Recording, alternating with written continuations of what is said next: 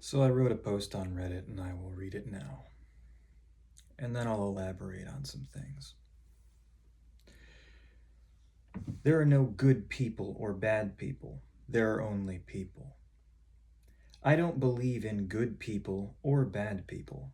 I believe in people who think and act according to their understanding. The language that I've been taught, defining the obscure metrics of right and wrong, while ignoring details like motivation, met and unmet needs, upbringing, and individual experience, can be referred to as a language of domination, which seeks to simplify the categorization of humanity in order to support and maintain a system of governance and adherent values. People are not inherently good or inherently bad. They learn from actions they observe, how they are treated, the observed and educated value systems instilled by nurturance and affirming guidance. We are all given incomplete maps for how to navigate an unknown life. Whatever we're allowed to know and experience becomes a cognitive guidance system for how to act and react within unexpected circumstances. Sometimes people grow up poor and they're told they'll have to fight to survive. And the very idea of a fight means someone's got to lose, someone's got to suffer. If they don't, I will. All of us get some variation of this education. Children with siblings, kids with brothers and sisters are given a cognition of their parents' limited emotional currency, or their division of attention, and they can be taught they need to either compete or empathize while their parents aren't directly meeting their individual needs. There are many different ways to teach. One can start with more accurate definitions for certain words and an acceptance of limitations in our society's pervasive language models. Good and bad, whether we like it or not, is vague, dismissive, and tends towards avoidance of the complexities of human consciousness.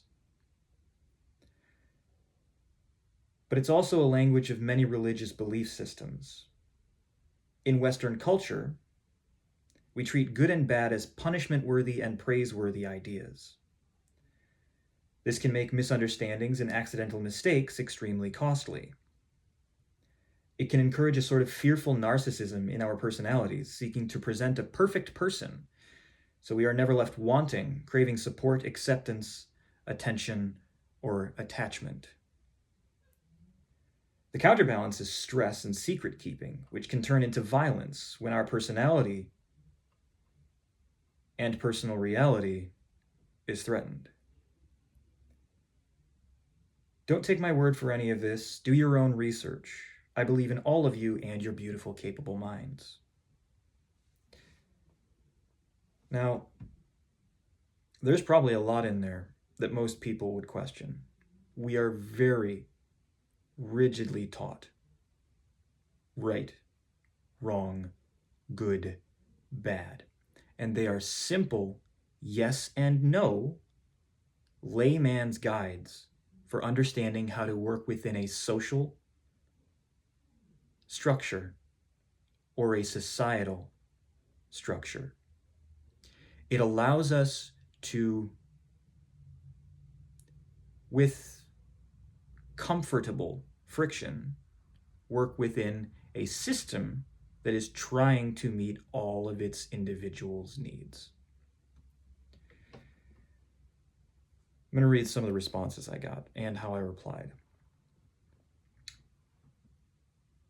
One commenter said, "If you want to come up with new definitions for what good and bad means, you can do that." My response was, the very dictionary's definitions of good and bad involve words like favorable and acceptable. The words good and bad are bound to the very essence of subjectiveness. When applied to morality, you cannot separate the subjectivity of morality. Majority subjectivity is often mislabeled as objectivity. The response therein was, Okay, you're saying they have different meanings, and that's okay. sounded kind of condescending, I'll be honest. My response further was, to understand your interpretation, I would need to connect with what you're comparing my understanding to. I would need to understand the foundations of your personal understanding. I am not explicitly stating anything has different meanings. I'm saying the very fundamental principles of rightness and wrongness are vague, dismissive, and willfully incomprehensive. They are systemically serving and unempathic to individual experiences. Unempathetic. Just as diagnostic criteria serve to categorize an individual with historical understanding, without historical understanding, the concepts of right and wrong are a layman's guide to navigating society. They result in wrongful convictions, poor treatment of suffering individuals, and destructive tension for many others unlucky enough to have been raised in poverty and scarcity. That essentially means that right and wrong work within a system of government that functions most often on having all needs met without providing for those needs, which means each individual needs to functionally support themselves while not having the tools to do so.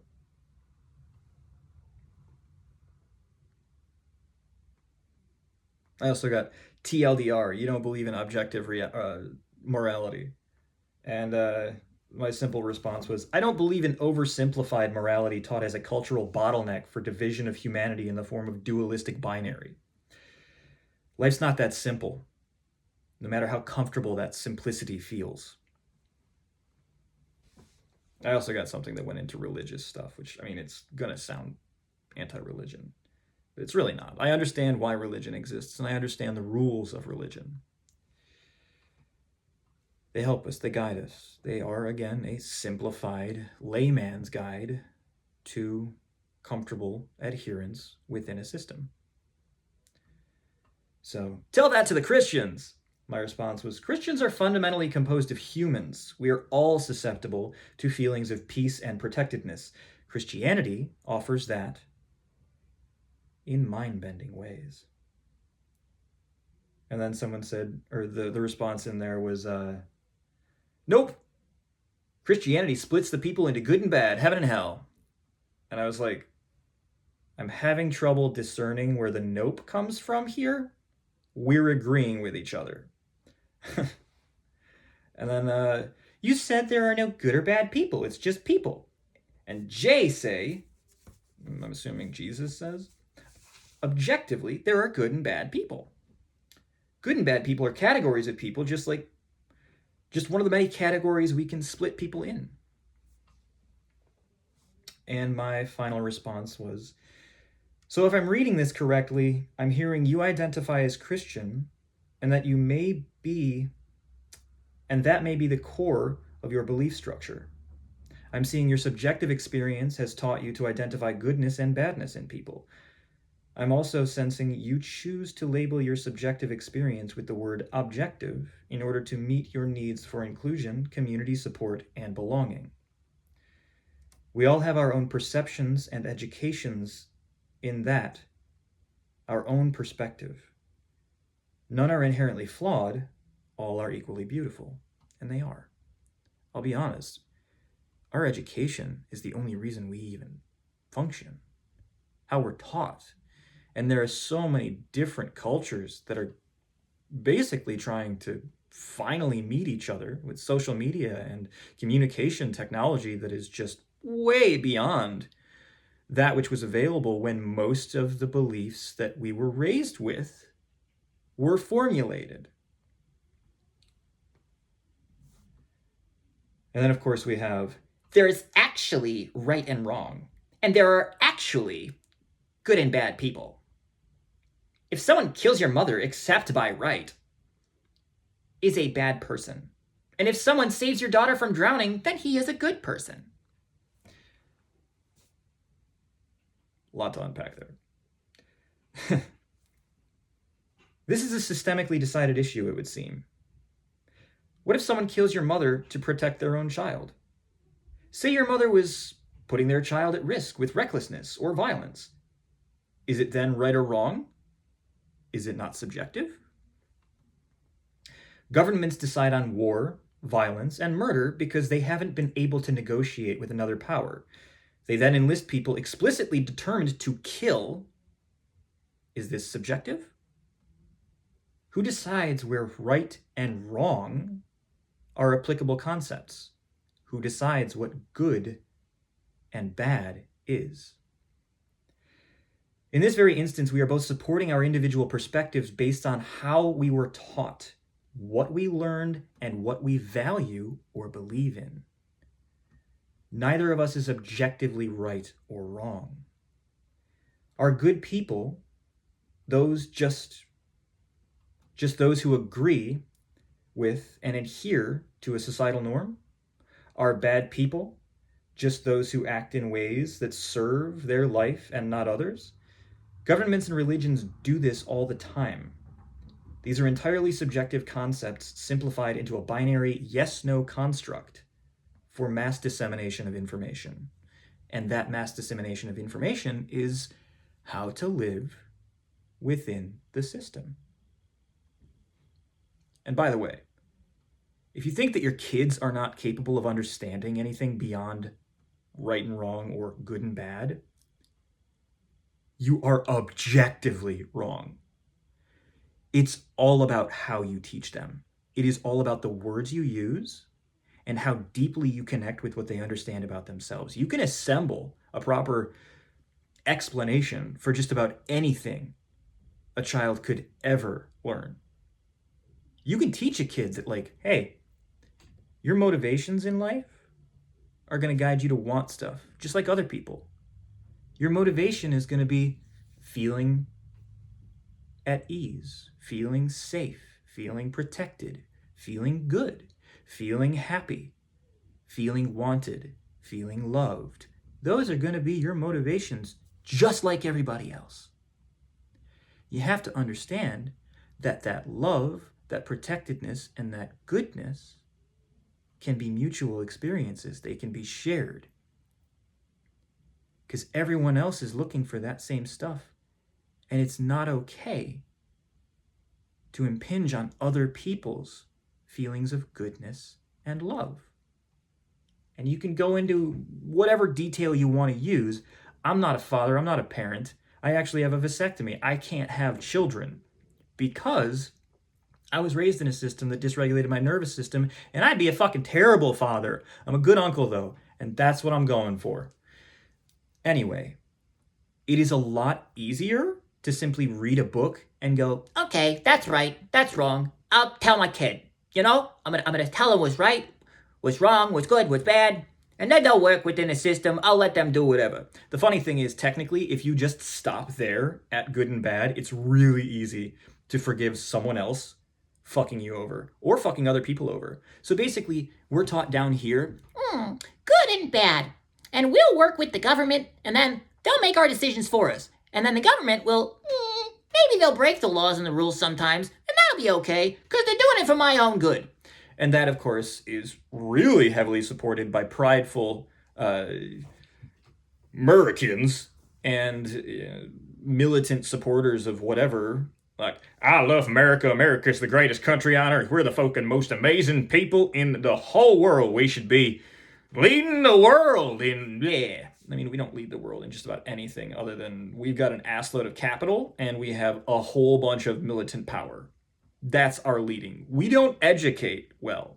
But I think that's kind of the point, you know? Like, if we were fully educated on individual motivations, individual legitimate needs, then we would be individuals. Like, we would be self-sovereign. We would be completely able to connect with ourselves and connect with other people. And the people on top would lose power.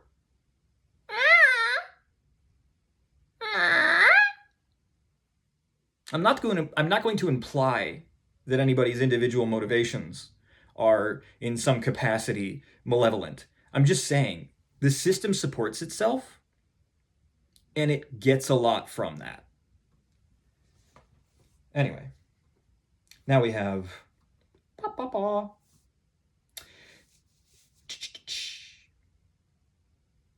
I actually furthered that one. So the follow-up for the mass dissemination of information comment was, what if someone kills your mother to protect their own child? Say your mother was putting their child at risk with recklessness or violence. Is it then right or wrong? Is it subjective? And of course, it was a quote for what I said.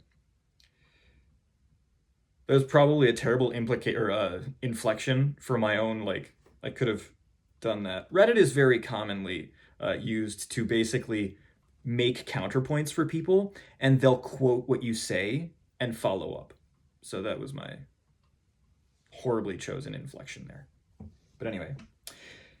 That is why I explained by saying except by right. This means that killing is accepted as right if done right. I mean, it really just sounds like they're supporting laws, and laws are basically part of the supportive system. It's what lets the system of governance operate with, I'm allowed to do this because it's right.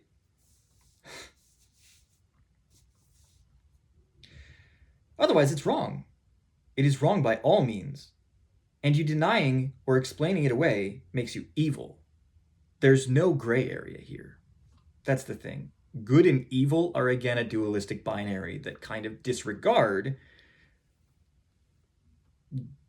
everything else about life and the universe and just what makes us human.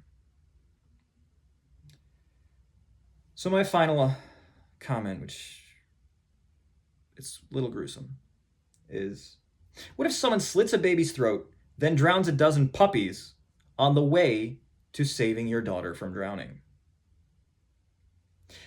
There's always gray area. Life is not as simple as our comfort would allow us to believe. There is life-serving action. There is also life-threatening action. These are values-biased metrics. There is individual-serving action. There is collective-serving action. What we understand about life is purely subjective and only a matter of how we're raised and what we're taught to value.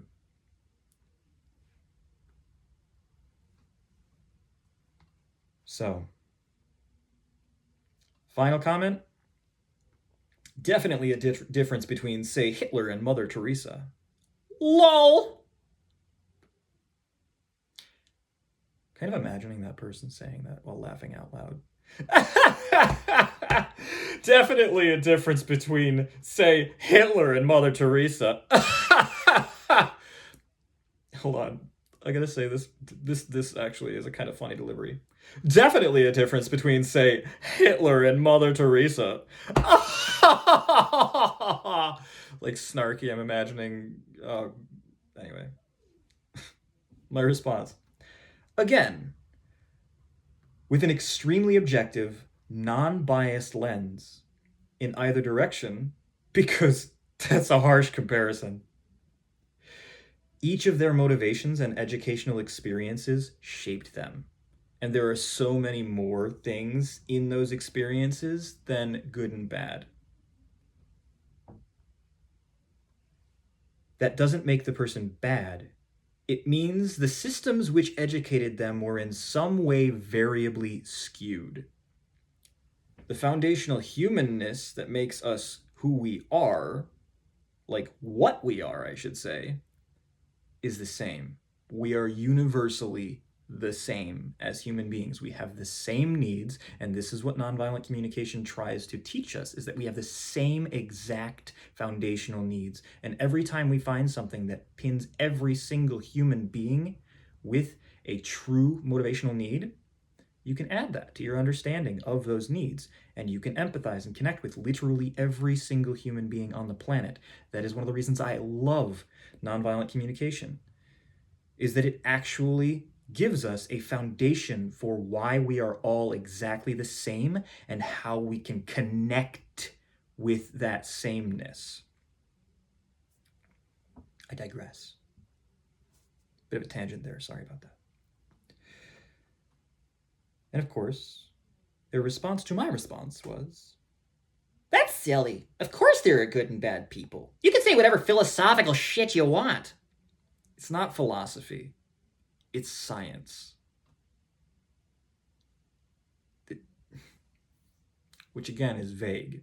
I know, a statement like that, especially when used as frequently as it is, can sound ridiculous, and people can treat it as ridiculous. But it is. It's legitimate biology, neurology, and human science. It's behavioral science.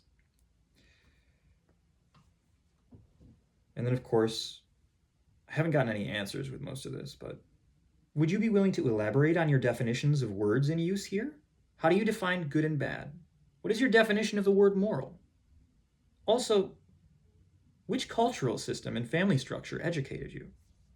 Now, I could go into detail about what I meant there. Honestly, Reddit is kind of notoriously good at simply answering questions like that or ignoring them.